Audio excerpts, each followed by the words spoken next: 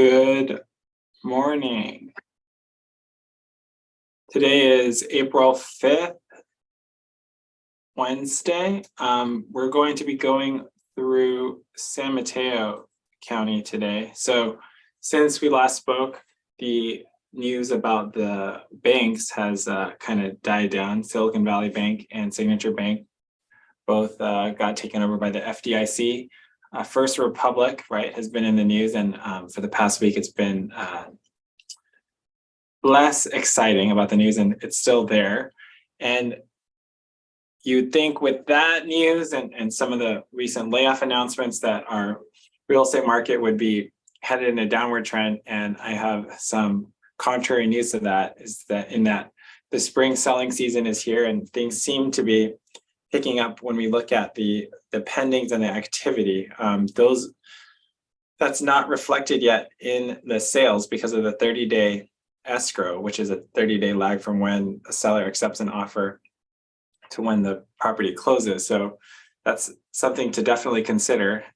Let's start off by looking at the map for San Mateo County, most commonly called the Peninsula right here. So just north of Palo Alto, going all the way up to Daly City here, right here in the Peninsula. So last week we did Santa Clara County. Now we're doing San Mateo County, also called the Peninsula. So let's look at the stats for the county right now. So here we are with months of inventory. So during the pandemic for the last few years, we've had super low inventory, right? So less than 1.5 months of inventory. And then for a brief period of time, right towards the end of last year, we had a little bit higher inventory, more than 2 months. Now it's a little bit less again, still not to the level it was during the middle of the pandemic, but still lower than it was at the end of last year, right? What does this mean? That means that there's a little bit more competition, right? So it kind of peaked at 2.3 months to 2.2 months, and we're now down to 1.6 months of inventory. So that's how many houses we have available to sell, right? So we can also see that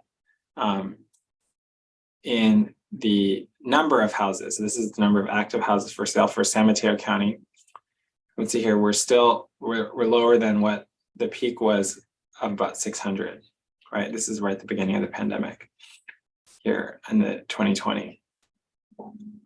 And so what we want to look at is the ratio of actives to pendings, right? So we had very few sales at the end of the year. Right now things are starting to pick up again, right? So it's starting to accelerate here.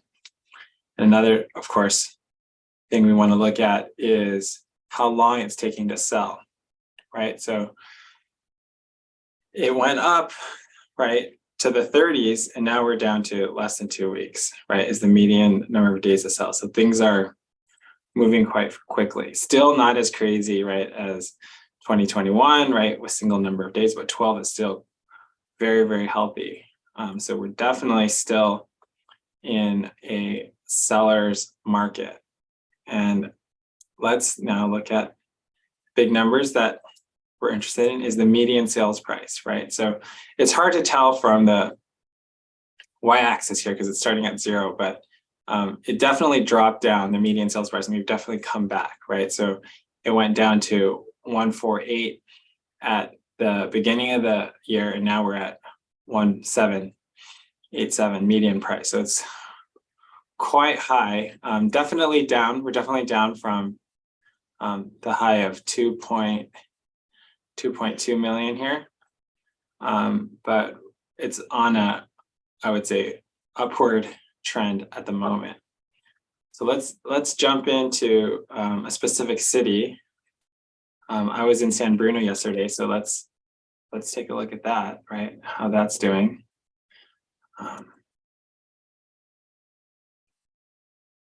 So we can see here, right? The peak of San Bruno was 1.6 million. Right, and it dropped down to 1.2, and we're on the upward trend. Where last month median sales price in San Bruno was 1.375. Right, let's quickly look at how fast things are moving in San Bruno. right? Very fast, right? So we're at 2 weeks to sell a house, right? 15 days, and it went up to 21 days, right? And now we're down to 2 weeks, right? And let's see how much inventory we have for San Bruno.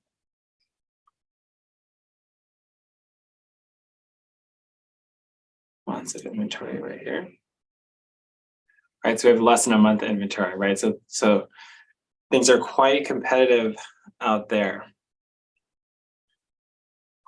right? So in summary, the spring selling season is here. Interest rates, I recently had a client lock in an interest rate at 5.5%, and then a relationship discount at the bank got it down to 5.25 for a 30-year fixed, right? So that's just one data point. So interest rates are still a little bit higher, but less than, seeing less than 6% on a 30-year fixed, I think is pretty good. There are still definitely opportunities out there for buyers. I would say we're still in a seller's market with a housing crash, right? Has not happened despite some of the headlines you've seen. Like I posted a Wall Street Journal article last week about nationwide housing prices, and I would say the Sun Belt and the South have had a quite hot streak, right, recently, whereas the coast, the Northeast and California, the West Coast had a decrease. But keep in mind that data is older. It's reflecting February data, right, not March and current data. So I would say we're on an uptrend here. So if you're thinking about selling, definitely reach out and we can strategize. And on the buyer front, there are still opportunities out there. I just got into contract on a property, $150,000 below asking. So there's definitely opportunities out there for both buyers and sellers. We will hope everyone has an awesome week, and we will see you soon.